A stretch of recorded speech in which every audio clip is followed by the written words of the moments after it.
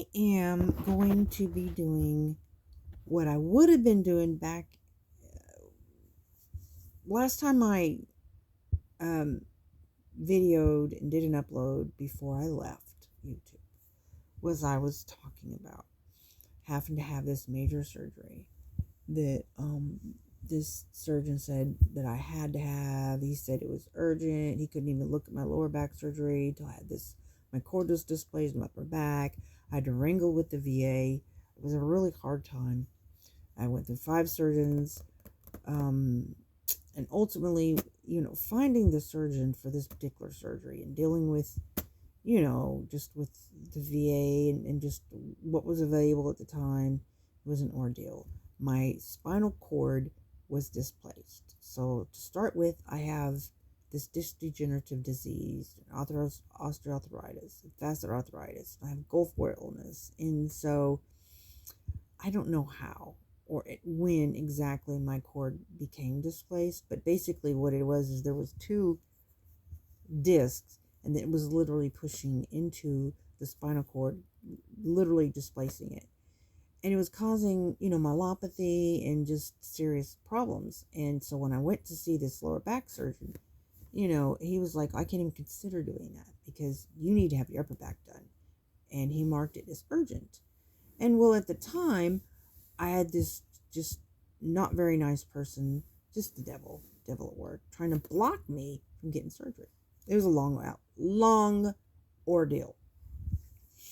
And so ultimately what happened was I ended up, you know, seeing this one surgeon who referred me to an advanced surgery to the best spine institute, in my opinion, in the country, the Beryl Brandon Spine Institute in Arizona.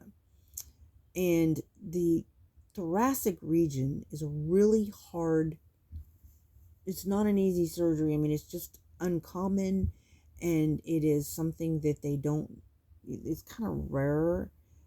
So, your thoracic discs are encaged by your rib cage.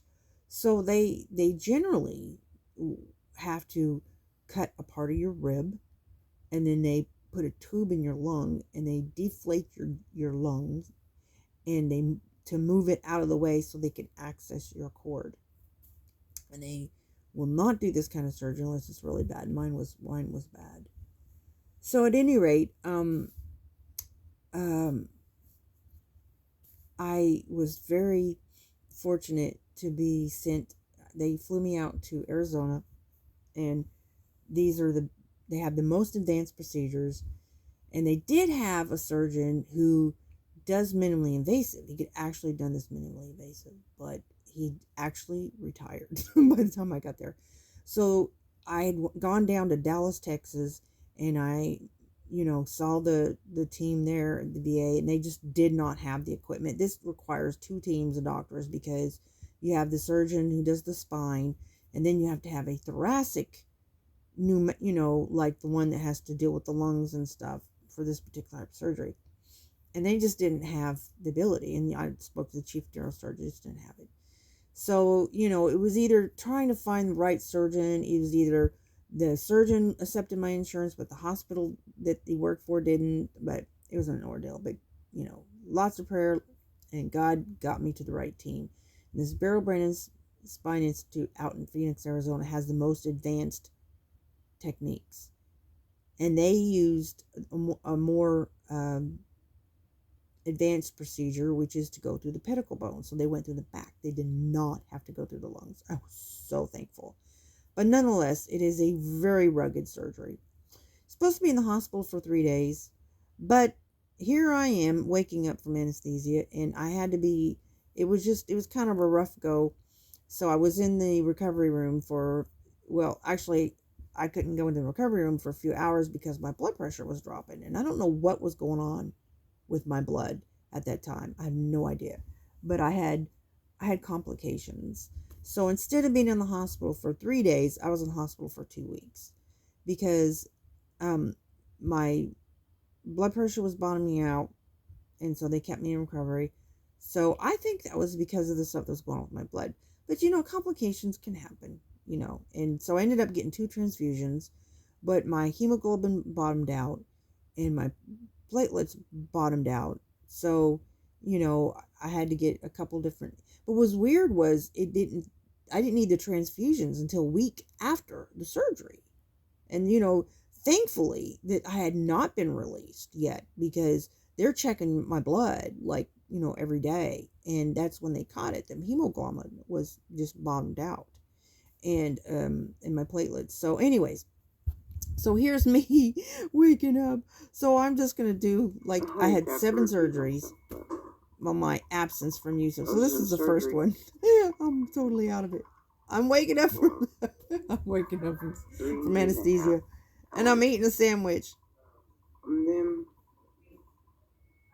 I was in recovery for 6 because of my blood pressure issues.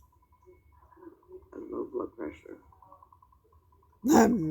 I did not even remember making this video. I'm here come by myself recording this video. I didn't even remember recording it. I found it later in my phone. I was like, oh wow, look at this.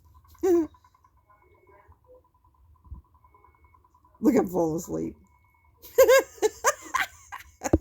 I'm laughing. Yeah. I'm still under anesthesia, y'all. Don't judge. I was in so much pain. That was probably the most painful surgery I've ever been through.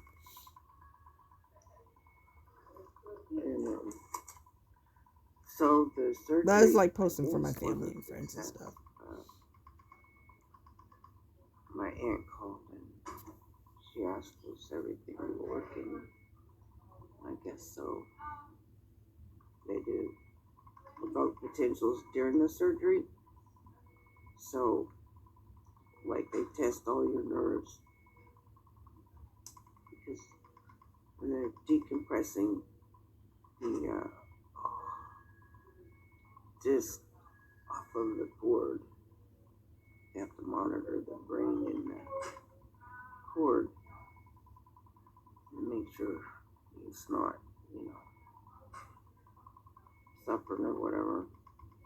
But I haven't talked to the anesthesiologist. Okay, so I'm not gonna play this whole thing, but they did a double fusion. They took 2 of my thoracic discs and put rods and screws in. There was just way too far gone to even try to do disc replacement. I don't even think they knew that there was an ability to do disc replacement in the thoracic region. It's just completely different than the lower back and the neck. And it was a monster of a surgery. But anyways, so on to the next one. So here's me being silly. Okay, I'm like, I just try to be funny when I'm having a hard time, just, that's how I survive. So, I feel a little twisted. They took me on a table, turned me upside down, and then they cut me wide open on the back. Then they cut my parts out, and then they put some screws in. They drilled into my bone. Ew, that's what And they then did. put rods and screws. And then stick a big old needle and sew me back up.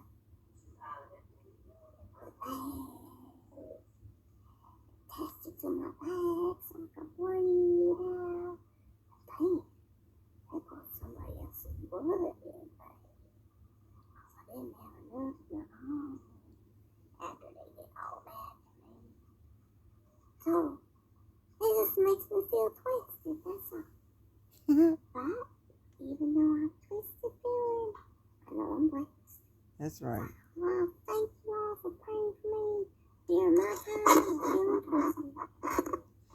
Thank you. So, because I was so far away from where I live, I didn't have any friends or family out there, but what was really so cool was this church in Phoenix, Arizona. I had called ahead of time some churches out there, and I was like, I wanted to be connected to church. And I mean, to tell you, just had this wonderful, people that this pastor came to the hospital and prayed with me before I went into surgery. And I'm just so thankful for that.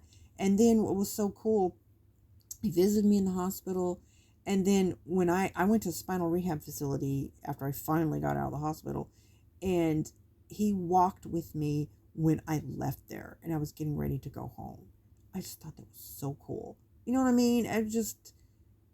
That was just Northern Phoenix Christian Church, just such a blessing. So, and I ended up while I was still in the spinal rehab facility, I went out on a pass, and it was getting close to the time I was getting ready to go home. And so I got out, on a pass, because just so you understand, I was on like bed restriction. Like I couldn't even get out of bed without assistance.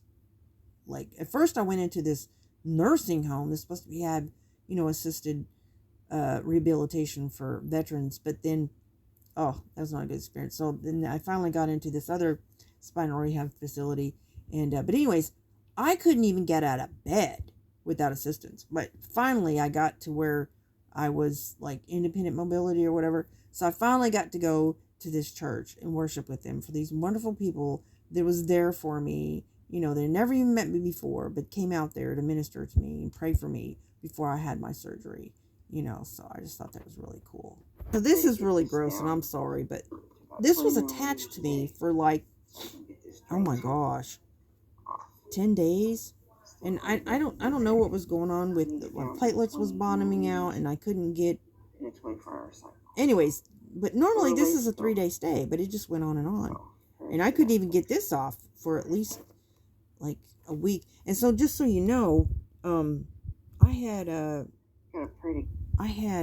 let's see, 3 layers of stitches, and well, the top layer was staples, but so that scar, it itched, but the staples didn't come out till like, I think it was like day 10, but when they took this thing out right here, oh my gosh, that hurt when they pulled that thing out. Oh, so here's me being happy because at this point, I'm getting close to getting out. Hang on, guys. I'm sorry. Hi, Dave. Hang on, y'all. So when I have this condition called mesenteric pediculitis, and I think that was part of my problem. I don't think they realized it, but mesenteric pediculitis is it's so rare that only like 500 people on the earth have it. And, it's just kind of, like they don't really, every person's different, but going through something major like this, I think caused a flare up, because I had severe abdominal swelling to the point where they're like, they sent in GI specialists. My blood was bottoming out. I had severe inflammation all throughout my gut, and they're like, they had to take me off pain meds because they're like, everything was irritating my bowels, right? And so I couldn't take the morphine. Like they had me on a morphine drip. I just could not tolerate that. They have oxycodone and morphine. I mean, for the first few days, this is a very, very painful surgery, and like I couldn't take it. I could not tolerate. It was just tearing my gut up, right? And so they had to put me on like a high dose of hydrocodone, which, I mean, it really didn't kill the pain like the other medicine was. So I had like more pain because of other medical issues that I couldn't even tolerate the pain medicine. So, but at any rate, I'm like, here I am getting close to getting out. I'm just so thankful. Like I'm drinking coffee. And I was so ornery. Like I couldn't get out of bed. You're okay. I would just get up out of bed and set alarms off. Like literally. I think this is the one where I get up and I'm like, hey, watch this, guys. I'm so sorry. I'm talking to them. But How bad's your pain right now? It's pretty high because I've had to change my schedule around because I couldn't get it every 2 hours. Yeah. So I had to take 2 at one time. I remember I could not even lift my arms to put makeup on. So it had to take me, like, to put makeup on, it took me, like, but this was, like, days after my surgery. Like, I could not even lift anything to oh my gosh, it was so much pain. But this is, anyways, but I was in there for, well, I think 13 days. Okay, so I was just so happy to get out of the hospital. Just, it was, I don't know if they were just short staffed, but like all I could do was like I would go walking and stuff, but I couldn't even go by myself. So I would just being bedridden like that, and just being in so much pain and having all these complications.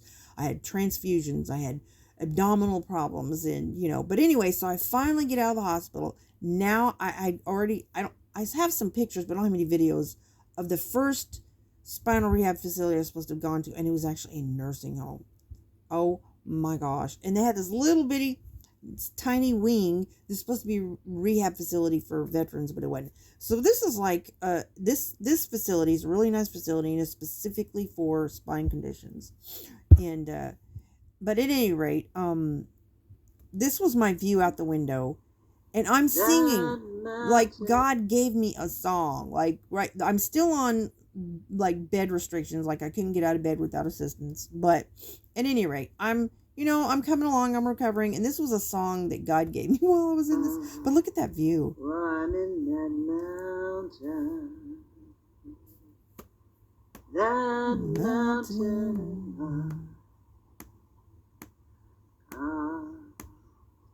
climbing that mountain, that mountain of life, with God by my side. Climbing that mountain in life, with God by my side. Climbing, I'm climbing, I'm climbing that mountain. Looking right at that mountain in life, with God by my side. This is Phoenix. So anyways, so that's just a song, and I actually made it into a video with instruments and everything and all that stuff. And but anyways, I thought that he gave me that song, and look the mountain was my view. That was cool. Actually, I made 2 songs during this trip. So I changed it. This sounds real echoey, but this was the first attempt to put it into a video. I made a better video on this, but this is how I felt right there.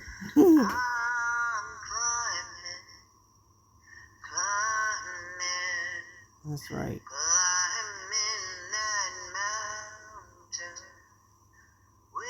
Don't climb mountains so people can see you. Climb mountains so that you can see the world. Love that. You just don't know the ordeal it took me just to get this surgery done. That's a long story.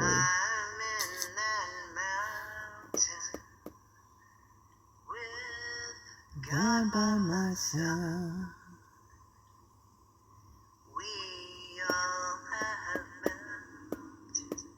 Yes, we do. Don't we? That bird. Oh my gosh, that poor guy. That's how I felt. You have to keep pushing while you are praying. Amen.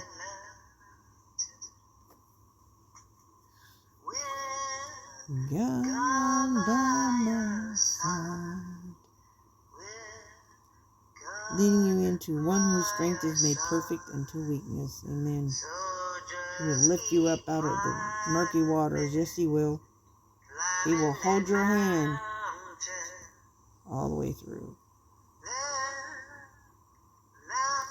Be a light even when you're in deep waters.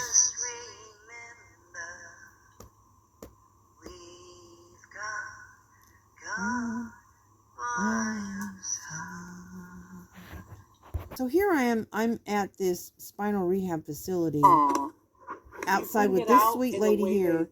Her son was on The Voice, I think, or America's Got Talent, or one of them shows. But I'm just hanging out there. Thank like you. I'm That's so living, sweet. I'm alive, I should be grateful. Yeah, I People don't- should be grateful. It can always be worse, you know. Mm. Yeah. So I'm gonna practice this song. It's called it's just called "Come." It's like "Come to the Altar" type of This song. was a you song know? when I had And, electric guitar. I I wrote think I this wrote it song, back in. or God gave the song to me, and I played it on electric guitar. It's like And 2000. it's I had just electric guitar like at the time. And it's just a "Come to the Altar" type yeah, tune. come So to I the was wanting to altar. practice that. And then I got Like this little one song tune I'm while trying people to are practice. walking to the altar, you know, at the end of a You know what I'm church saying? service. Oh, It's like one of those, you know. Okay. But you know what? Because a lot of these people that work here, honey, So, yeah. So, hey guys, hey, I'm outside with Sonia, my sweet CNA. So I was gonna practice this song that I was just hey, listen, can I go ahead and tell my peeps? yeah. Her son is gonna be on which show is it? America Got Talent. He's gonna America Has Talent on the 24th. 24th. And what's his name? Jonathan Leva. Yeah, so if y'all are people that call and vote in, y'all support Miss Sonia. We need prayers. Yeah, and pray because Pray, he's 'cause really only God. he's 13. He has a beautiful voice. Oh my gosh, I'm sure that he won't have any problem going to the other side. Oh, thank you. Or what do they call it? Going to the next round or whatever. Yes. Yeah. So anyway, so he's going to be in there. And come, receive salvation, oh come. Receive salvation, oh come. Receive salvation. What Jesus can give. Kind of hurts a little bit. Come. Receive mercy, oh come. Receive mercy, oh come. Receive mercy. What Jesus can give. That's right. Come. Receive salvation, oh come. Receive salvation, oh come. Clue word. Receive Blue salvation. sky. Clue word. Blue sky. What Jesus Clue word. Blue can give. sky. Come. Worth 3 points. Receive exchange joy, oh Come. receive joy, oh come. Receive joy. What Jesus can give. And so it has like a little bit of ad-lib to it. And it's got So anyways, so I went to whole lots of physical therapy. They had to literally reteach me to walk. My gait was a complete mess. And I had like, my balance was so messed up. Like I had, so here's a demonstration. Now I'm home. They've been coming in and doing physical therapy 3 times a week. So here I am. I'm on a pillow and I couldn't even stand with my eyes closed for even a second. And it's so amazing. I did this to document my progress, right? And I mean, because when your cord is, you know, compressed and your nerves start dying, it's different than when you have a nerve compressed. It's almost impossible to reverse the damage. But I'm telling you, I had a lot. I was able to get improvement. So, you know, there's some things that I still have issues, like if I reach up a certain way, if I step backwards, I can lose my balance easily.